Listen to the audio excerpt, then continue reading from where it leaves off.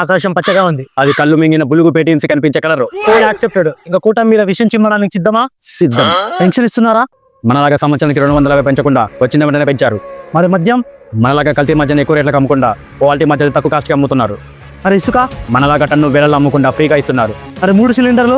మనలాగా దళితులను చంపి డోర్ డెలివరీ చేయకుండా ఆల్రెడీ ఒక సిలిండర్ ఫ్రీగా డోర్ డెలివరీ చేశారు. మరి అన్నా క్యాంటీన్? మనం కూల్ చేసిన వాటిని మళ్ళీ నిర్మించి అన్నార్థులు ఆకలి తీరుస్తున్నారు. మరి పోలవరం? మనలాగా 1% 6% తొందర ఎందుకని అనుకుండా పనులు తొందరగానే ప్రారంభించారు. మరి రాజధాని? మనలాగా 3 రాజధానుల పేరుతో పాంగనామాలు పెట్టకుండా అమరావతికి పునాలు వేశారు. మరి డిఎస్సి నోటిఫికేషన్? మనలాగా సంవత్సరానికి ఒకటి ఇస్తానని చేతులు ఎత్తేకుండా చేపిన డేటికి ఇచ్చేశారు. మరి పెట్టుబడులు? మనలాగా ఫాస్ట్ ఫుడ్ బండ్లు చేపల కొట్లు కాకుండా పెద్ద పెద్ద కంపెనీలు తెచ్చారు. మరి లాండ్ ఆర్డర్?